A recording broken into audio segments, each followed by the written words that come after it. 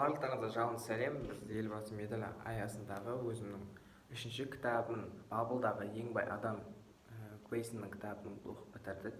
Яғни соған байланысты 3 минуттық өзімнің кішігірім түсінігімді баяндап өтсем. Жалпы негізгі 4 сұраққа жауап беремін. Сіздің түсінігіңізде осы кітаптың түпкі ойы қандай? Бұл кітаптың негізгі түпкі ойы, негізі дүниедегі ең басты жетістікке жету үшін оған харекет етудің дұрыс жолдарын баяндайды. Және де адам өзі бай, дәулетті болу жолындағы нақты өздерінің құпияларын ашып көрсеткен кітап деп баяндар едім. Екінші сұрақ, бұл кітапта сізге эмоционалдық және рухани тұрғыдан қалай әсер етті? Бұл кітапты кез келген адам оқыса болады, өйткені бұл ертегі іспетті жазылған, және де бұл қазіргі кезде бұрынғы егде замандан, яғни даму үстінде болған Бабыл, яғни Вавилон қаласының өте керемет бай дәулетті адамдарының өздерінің құпияларымен бөлісе отырып, олардың қалай харекет етуді, және де өздерінің қандай қиыншылық, ешқандай жағдай болмаған кездің өзінде өзінің түпкі санасын өзгертіп, өзінің басында фильтр дейміз ғой, ой елегінен дұрыстап өткізіп, өзінің жетістікке жеткен жолымен баяндап әдемі көрсеткен. Және де осы кітапта белгілі бір көріністі немесе оқиғаны қысқаша сипаттаңыз.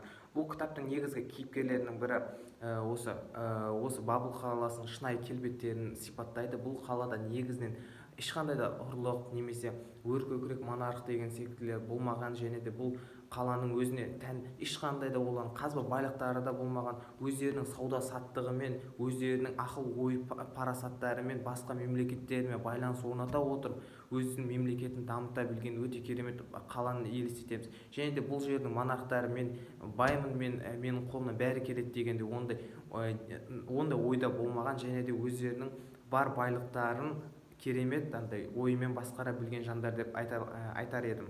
Кейінгісі кейіпкерлердің бірін таңдаңыз, және оның жан дүниесі мен толғанысын сипаттап беруге тырысыңыз. Осы кейіпкердің орнында болсан, сіз не істер едіңіз?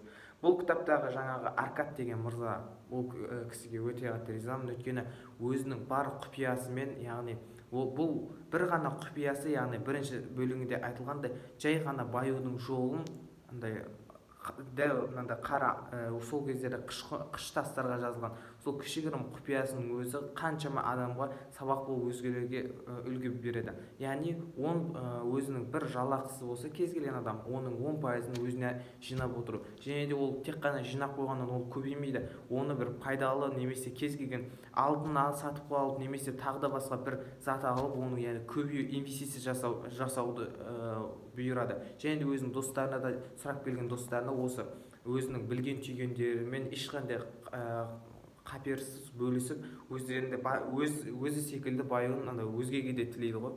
Сондай өзінің бір ерекшелігімен Аркад мырза есімде қалды. Барлықтарыңызға рахмет, сау болыңыздар.